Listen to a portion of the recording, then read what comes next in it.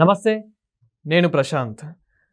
ప్రధానమంత్రి మోదీ గారిని పవన్ కళ్యాణ్ గారు కొత్త వేషంలో అయితే కనిపించడం జరిగింది. మోదీ గారికి అయితే మరి మోదీ గారు పవన్ కళ్యాణ్ గారితో ఏం మాట్లాడారు, మరి ఎందుకు ఆ వేషంలో కనిపించడం జరిగింది? సో దీని గురించి అయితే మాట్లాడేందుకు ప్రస్తుతం మనతో పాటు సీనియర్ జర్నలిస్ట్ సిఎస్ రావు గారు ఉన్నారు. నమస్తే అండి. నమస్తే సార్, ప్రధాని మంత్రి గారికి పవన్ కళ్యాణ్ గారు అయితే ఈసారి కొత్త వేషంలో అయితే కనిపించడం జరిగింది. అక్కడ మోదీ గారు కూడా పవన్ కళ్యాణ్ గారితో అయితే మాట్లాడడం జరిగింది. అంటే ఈ క్రమంలో మరి మోదీ గారితో ఎక్కువ ఇంటరాక్ట్ అవుతున్నారా, ఏమైనా వేషం మార్చుతున్నారా, అంటే ఏదైనా వేరే ట్రాక్లోకి వెళ్తున్నారా పవన్ కళ్యాణ్ గారు? ఇప్పుడు ఢిల్లీ సీఎంగా రేఖా గుప్తా గారు ప్రమాణ స్వీకారం చేశారు. ఆ సందర్భంగా ఎన్డీఏలో ఉండేటువంటి అందరినీ ఆహ్వానించారు. కీలకమైనటువంటి భాగస్వాములు తెలుగుదేశం పార్టీ, జనసేన ఉన్నాయి. సో ఆ సందర్భంగా ఆంధ్రప్రదేశ్ నుంచి ముఖ్యమంత్రి చంద్రబాబు నాయుడు గారు, డిప్యూటీ సీఎం పవన్ కళ్యాణ్ గారు వెళ్ళారు. అయితే ఆ వేదిక మీద అందరూ ఉన్నారు. అక్కడ కీలక భాగస్వాములు, అలాగే శ్రేయోభిలాషులు, అభిమానులు, బీజేపీకి సంబంధించిన లీడర్లు, అగ్రనేతలు అందరూ ఉన్నారు. అందరినీ అభివాదం చేసుకుంటూ నరేంద్ర మోడీ గారు వచ్చారు. ఆ వేదిక మీద వస్తూ పవన్ కళ్యాణ్ గారి దగ్గర అట్లా ఆగిపోయారు. దానికి కారణం ఏంటంటే ప్రత్యేకమైనటువంటి వేషధారణలో పవన్ కళ్యాణ్ గారు కనిపించారు. దాంతో ఆయన ఒక కామెంట్ చేశారనేది సోషల్ మీడియాలో చక్కర్లు కొడుతున్నటువంటి న్యూస్.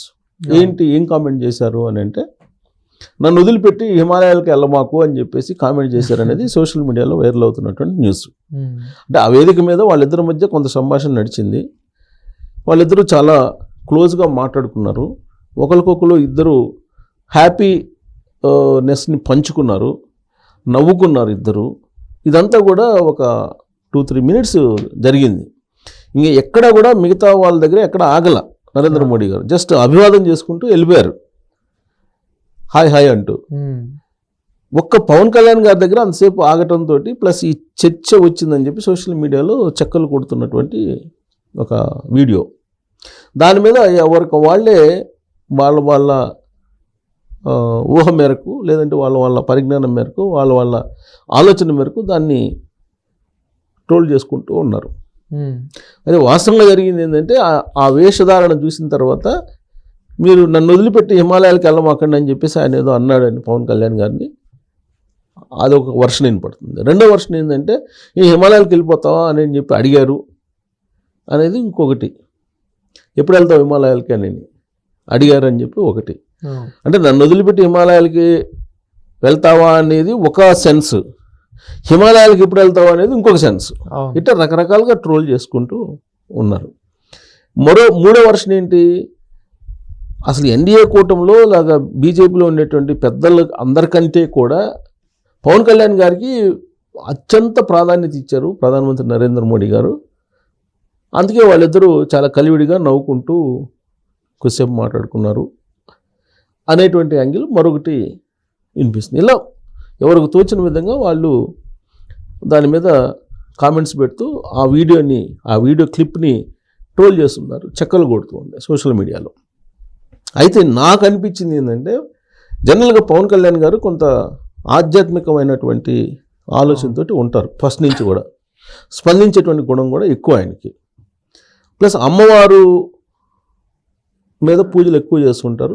ప్లస్ ఆధ్యాత్మికంగా ఎక్కువ ఆయన అదే దూరంలో ఉంటారు.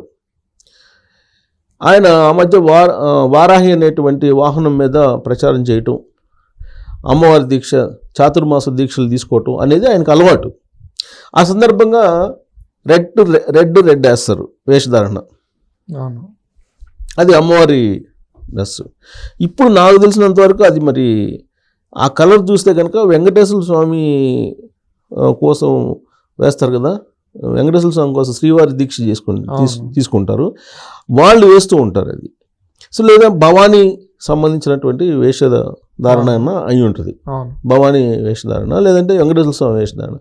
హనుమాన్ దీక్ష అనేటప్పటికి మళ్ళీ అది కూడా కాషాయం వస్తుంది దానికి. అంటే రకరకాల ఒక్కో దేవునికి ఒక్కో రకమైనటువంటి కలర్స్ తోటి ఈ దీక్షలు చేసేటువంటి వాళ్ళు, అయ్యప్ప దీక్ష చేసేవాళ్ళు బ్లాక్ వేస్తారు.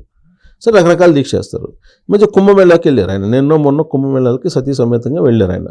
కుంభమేళా సందర్భంగా ఆయన స్నానం చేసేటప్పుడు ఆయన జన్యం ఒకటి కనపడింది ఆయనకి.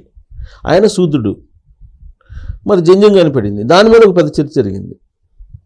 అసలు జంజం ఎలా వేసుకుంటాడు, అవును, జంజం ఎందుకు వేసుకున్నాడు, అసలు జంజం వేసుకోవడానికి కారణం ఏంటి, దీని మీద ఒక చర్చ జరిగింది రకరకాలుగా. దీక్ష తీసుకునేటప్పుడు పర్టికులర్గా ఏ దేవుడి కోసం దీక్ష తీసుకునేటప్పుడు అది జంజాన్ని తాత్కాలికంగా వేసుకుంటారని కొంతమంది, లేదు జంజం వేసుకుంటే తప్పేంటి అని కొంతమంది, అసలు జంజం ఇప్పుడు ఎందుకు వేసుకున్నాడు పవన్ కళ్యాణ్ గారు అనేది ఇంకొంతమంది. అంటే రకరకాలుగా మొత్తం మీద కుంభమేళాకి వెళ్ళి ఆయన ఆ తీర్థయాత్రలో ఆయన మునిగేటప్పుడు కనిపించినటువంటి దాని మీద జంజం మీద 2 రోజుల నుంచి చర్చలు సోషల్ మీడియాలో మొత్తం ఇదే అంశం. అంటే మనకు తెలిసినంత వరకు కూడా అంటే ఏ మాలలో ఏ దీక్షలో ఉన్న వాళ్ళు కూడా నార్మల్గా ఆ వేషాలు వేసుకుంటారు తప్ప అంటే ఈ జంజనం అనేది అయితే వేసుకోరు. ఓన్లీ బ్రాహ్మిన్స్ మాత్రము పూజలు చేసే వాళ్ళు మాత్రమే వేసుకుంటారు మనకు తెలిసినంత వరకు. అవును, క్షత్రియులు, అవును, వైశ్యాస్, తర్వాత బ్రాహ్మిన్స్ వీళ్ళు జనరల్గా వేసుకుంటారు. మరి ఆ దాంట్లో ఉన్న ఆంతర్యం ఏంటి అనేది రకరకాలుగా చెప్తూ ఉన్నారు. ఇదొక అంశం అయితే పొలిటికల్ యాంగిల్లో చూస్తే కనుక ఈ రాబోయేటువంటి రోజుల్లో నరేంద్ర మోడీ గారు ఈయనేదో ఒక పెద్ద పదవిలో కూర్చోబెడతారని, లేదా కేంద్ర మంత్రి పదవిలో కూర్చోబెడతారని, లేదా రాష్ట్రంలో రాజకీయ పరిణామాలు మార్చేసి ఆయన ఏదో సీఎం చేస్తారని, ఇట్లా రకరకాలు, ఒకటి కాదు, ఎవరికి తోచిన విధంగా వాళ్ళ అభిమానులు వాళ్ళ అభిమానానికి తగిన విధంగా వాళ్ళు చేస్తున్నారు. అయితే ఆ వేదిక మీద కనిపించిన మరొక అంశం ఏంటంటే కేంద్ర హోంశాఖ మంత్రి అమిత్ షా గారి పక్కనే చంద్రబాబు నాయుడు గారు ఉన్నారు. చంద్రబాబు నాయుడు గారి దగ్గరికి వచ్చిన తర్వాత షేక్ హ్యాండ్ ఇస్తూ ఆయన 2 చేతుల్లో ఇలా పట్టుకున్నారు నరేంద్ర మోడీ గారు. అంటే జనరల్గా షేక్ హ్యాండ్ ఇచ్చేటప్పుడు దానికి ఒక సైంటిఫిక్ చెప్తుంటారు ఈ సైకాలజిస్టులు. షేక్ హ్యాండ్ ఇచ్చారనుకోండి, మునివేళ్లతో ఇస్తే ఒక రకమైన అభిప్రాయం ఉన్నట్టు, లేదు బాగా హార్ట్ఫుల్గా ఇచ్చినట్టయితే ఒక రకమైనటువంటి సంకేతం, లేదు గట్టిగా ఇలా పట్టుకుంటే ఇంకో రకమైన సంకేతం, లేదు 2 చేతులు పెట్టి ఇలా పట్టుకుంటే ఇంకో సంకేతం. అంటే అభిమానం, ఎక్కువ అభిమానం ఉంటే అలా పట్టుకుంటారనేది సైకాలజిస్టులు చెప్పేటువంటి మాట. సో చంద్రబాబు నాయుడు గారి దగ్గరికి రాగానే ఆయన చంద్రబాబు నాయుడు గారు చేయని 2 చేతులతో పట్టుకోవడం చూస్తే కనుక చంద్రబాబు నాయుడు గారికి ఇచ్చేటువంటి ప్రాధాన్యత ఏంటి నరేంద్ర మోడీ గారు అనేది అర్థమైంది. అక్కడేమో పవన్ కళ్యాణ్ గారితో ఆయన మాట్లాడేటప్పుడేమో క్యాజువల్గా కామెడీగా హాస్యం అనేటువంటి దూరంలో మాట్లాడారు ఆయన. అంటే non serious politician Pawan Kalyan garu అనేటువంటి సంకేతం ఆ ఇంటరాక్షన్ బట్టి వెళ్ళిపోయింది కొంతమందిలో. చంద్రబాబు గారి దగ్గరికి వచ్చేటప్పటికి సీరియస్గా డిగ్నిటీగా దానికి సంబంధించినటువంటి ఒక హోదా అవన్నీ కూడా కనిపించాయి. వాళ్ళిద్దరి మధ్య జరిగినటువంటి కంగ్రాచులేషన్స్ అని చెప్పుకుంటారు, షేక్ హ్యాండ్ ఇచ్చుకునే దాంట్లో ఆత్మీయమైనటువంటి ఒక డిగ్నిటీతో కూడినటువంటి ఆత్మీయత కనిపించింది.